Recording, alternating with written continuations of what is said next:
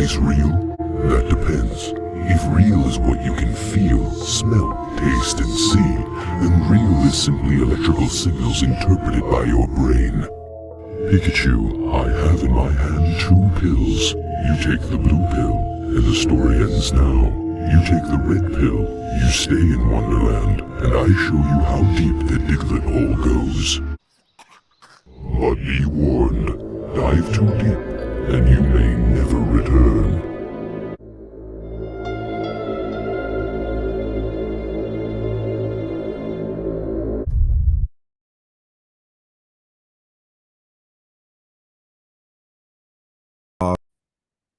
It is time. This is the Infinite Investment Game. I'll talk about alternative investments and collectibles. This is not particular investment advice, but if you listen to this, you'll be a better collector and you'll make smarter decisions of what to buy and what not to buy in collectibles. Specifically, we're going to be talking about sports cards. And before we start, please like, comment, and subscribe so defeat the YouTube algorithm and share this with as many people as possible. All right. So today, Happy New Year, everybody. So today, we're going to be talking about the news for the 1099, which is good. So previously, before all of this, let's say back in 2019, if you were selling on eBay, and this specifically for eBay, but if you were selling on eBay, you had to sell at least, I believe it was 200 items, and it had to been more than $20,000. I believe that was the case. And I believe this was the same for 2020.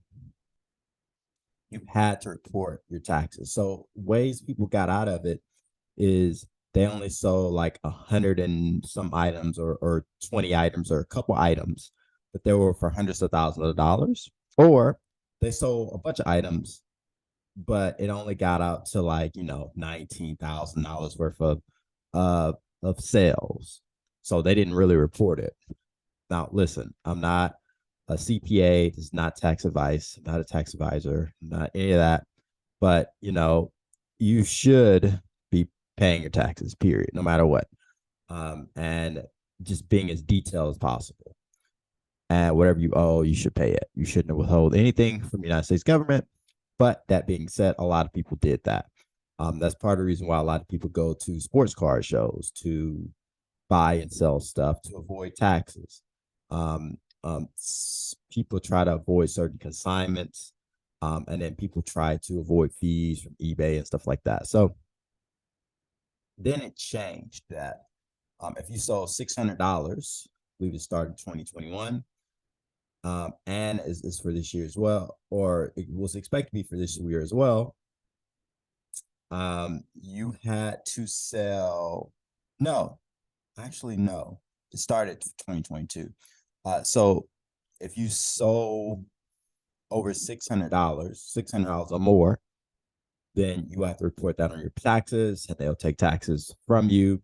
Basically, the eBay will create a 1099 form, and then they'll send it to the IRS. Apparently, that's being waived, and I'm not sure when they're going to reinstate that. So the news for that is most likely it's going